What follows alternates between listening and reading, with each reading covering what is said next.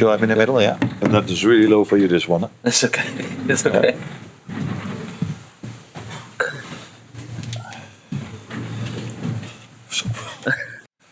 Another injury. Who'd like to start us off? Lewis? Hi, Arne. Hello. Can I start with asking about team news, please? Alisson not travel. What's the situation with him, and I think Federico as well, not here? No. Federico was also not at the session. He felt unwell last night, so that's why he wasn't training with us today and not traveling with us. Ali, of course, was in the session, as many people could see, but unfortunately he felt something towards the end of the session, and it was how do you say this? People looked at it, and we decided that, and he decided together that it wasn't good enough to play tomorrow, and then it's of no use of traveling. Do you think he'll be back for Sunday? There's definitely a chance, yeah, because we don't expect it to be a big thing, but it was too much to be available for tomorrow. One behind. Nezih Akşener, beIN Sports. Nezih Akşener from beIN Sports. First of all, welcome to Istanbul again. This is Nezih Akşener from beIN Sports. Welcome to Istanbul. You have played Galatasaray in the group stage before here in the stadium. From that day to now, what changed in Galatasaray? How would you analyze Galatasaray? And Galatasaray played against Besiktas just a few days ago, and they were one man down after red card incidents. So you are going to play a team who played recently, and they were 10 men. So what would you say for the match ahead? Indeed, we played them, so we knew them already really well, and after playing them, we know them better. And now, before playing them, you start to watch even more games. And I have a lot of respect for Galatasaray, for their manager. He's been so successful here as a player, and now as a manager, won so much with this club. Recently, they played Besiktas, who were having one of my former players, Kompleksi, who I know is a very good player as well. But they were able even to beat Besiktas with 10 men, so that tells you a lot about how the team is fighting, if that is necessary. So they have quality players that can fight, and they have great fans behind them. So, yeah, we need to be so good tomorrow to bring a result back to Anfield, and that's what we're going to try. Last time when we played them, there was not a lot between us and them. We both got a penalty. Unfortunately, ours was overturned by the VAR, and theirs was given. And in open play, I think we were quite similar. A 50-50 game that we lost because of that penalty. And two very good teams playing against each other tomorrow evening. Yeah, next one. This is Safa Khan Öztürk. Welcome back to Istanbul once again. After the first match, you have mentioned this briefly. So both here and also to the British news abroad, you have made a lot of statements about the fans and also about the referee decision and the penalty situation. So since that match, how would you want to play with Galatasaray again? Are you happy that you're going to play against Galatasaray again? Are you happy that you're going to be playing on this pitch again? No, I don't think I said so much, but after the game, if people ask you to give your opinion about the game, then you give your opinion and you tell that there were two penalties, one overturned, one not, and that they have a very good team and we have a very good team. So are you happy to play against them? No. There's not one team which you would prefer to play in the last 16 because they're all very good teams, including Galatasaray. We've already lost against them. So that tells you how difficult of a game it is for us. The good thing now is that we play two games where in the group stage you only play away against Galatasaray. Now we also have a chance to play in front of our own fans, which will be impressive for Galatasaray. So these fans over here are very impressive. We've noticed that when we played here. Now the good thing is we've experienced already once now. That's maybe a positive thing, where the Galatasaray players are experiencing this every home game. but for us, it was new when you have the ball that the whistling, if that's the right word, is so loud that that was new for me and even for all of my experienced players. So, so the good thing is that we've already experienced it, but we don't play. We not only play against the fan, we also play against 11 very good players that are a very strong team managed by a very good manager. From Hi, Arne. Andy played very well against Wolves on Friday. However, Milos maybe knows Roland Shalai better on that side. I think you are very lucky having these two left backs. But who is the best choice against Galatasaray? What do you think? Are you Hungarian? Yeah? Because you say he's playing against Salai. But usually Salai plays fullback and Milos plays fullback as well. So they will fight duels against each other. But so it's an interesting way of asking something about the Hungarian players. No, Robertson played a really good game. Milos has played really good games for us. Both have played many good games recently for us. It's a choice for me to make. And you will see tomorrow who's going to start. one behind. Yeah. TRT Spor Serdar. This is Serdar Kelleci from TRT Spor. Welcome back to Ali Samian.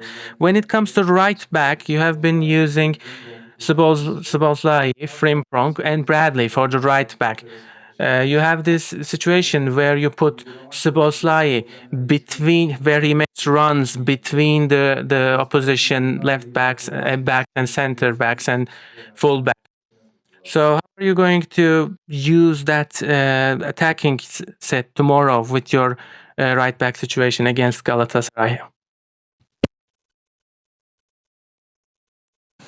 No. Oh, okay. I have. You are mentioning four names for the three names for the fullback position. I think I've played 5 or 6 different players on that position this season. Dominic is one of them. He's done that in general. Almost all of the games really well, but he's played also really well in the midfield. So the good thing for me is I have choices to make, and that has not been happening a lot this season. It was mainly 13, 14 players available, and usually the same ones always playing. Now in the last game against Wolves, I could even impact the game off the bench. That hasn't happened that many times this season.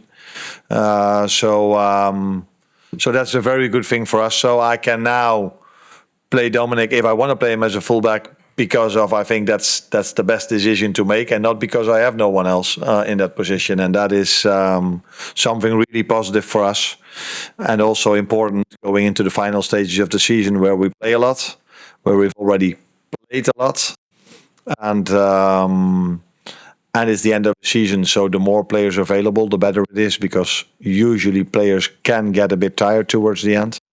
And the more players you have, then the better it is. Hazal Palavar en son. This is Hazal Palavar from En Son Haber. Welcome. Liverpool is a team that keeps a lot of ball possession, but sometimes in some matches you are having challenges to find a goal. Knowing that Galatasaray is a good team when it comes to the transitional play, how did you approach this match, and how are you preparing for this match?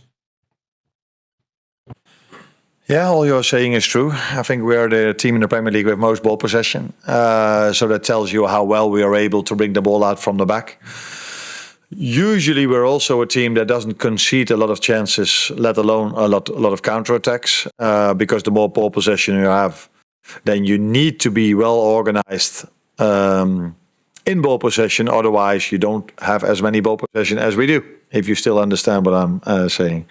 And I think Galatasaray has a lot of weapons, but transition is definitely one of them. Of course, one of the first one you think about is Osimhen, who's also a great striker in the box, can score from crosses, can score in multiple ways, but definitely a big threat on the counter attack as well.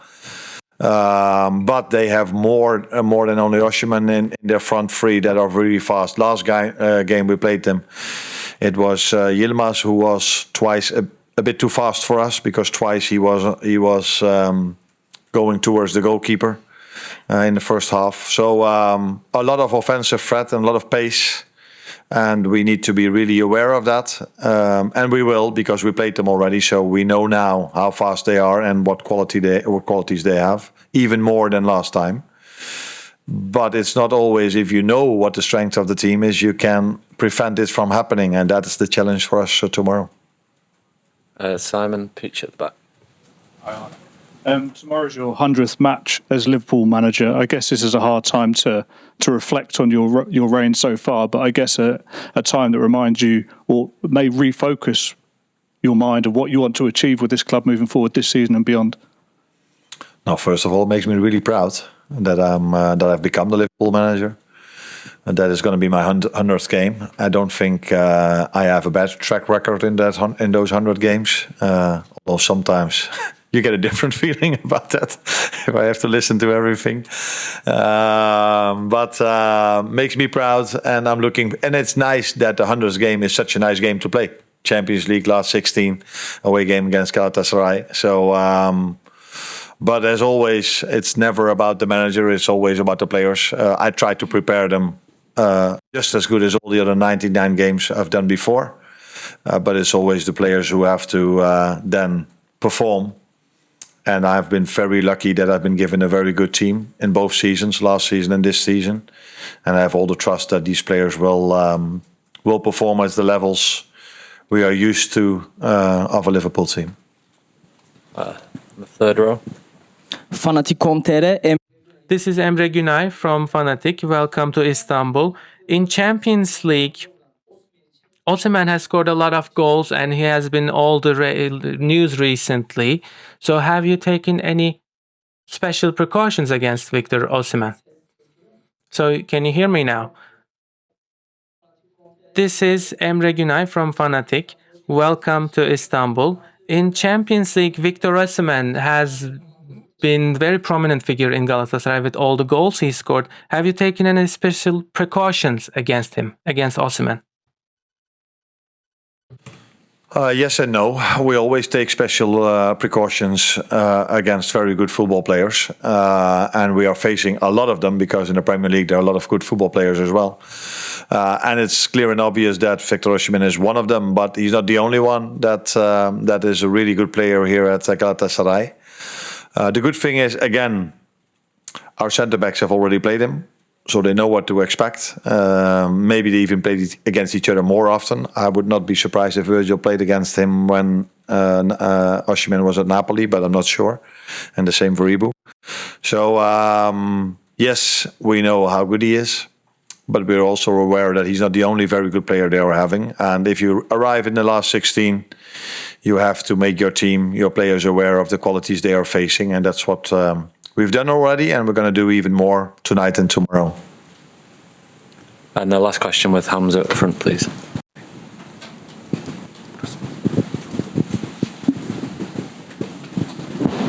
Hi, Arne. Hello. You've mentioned a lot about creating chances this season, struggling to finish them. I was just thinking back to this game earlier this season. I think there were 3 big chances. Hugo Ekitike had one, Wirtz had one, Cody Gakpo had one, and a penalty, of course. I just wanted to ask, you found it a bit difficult to create this volume of chances, big chances. How are you working to try and fix that at the moment? No, first of all, as you said, we have a lot of ball possession, but we don't create as many chances as you would expect from all that ball possession. Second of all, I'm watching a lot of football games, but creating chances is not something that's happening a lot anymore recently in football. It's really hard to create chances because of other teams are so well organized, defend so well, physical power, all that comes from it. So it's also a trend in football that is more and more less and less you see open chances. But as you said, the last game, the game we played here, is another example of so many games we've played. We went 1-on-1 to the goalkeeper with Hugo Ekitike. He missed that one, ball came back. We hit it, was cleared off the line. 5 seconds later, penalty against us.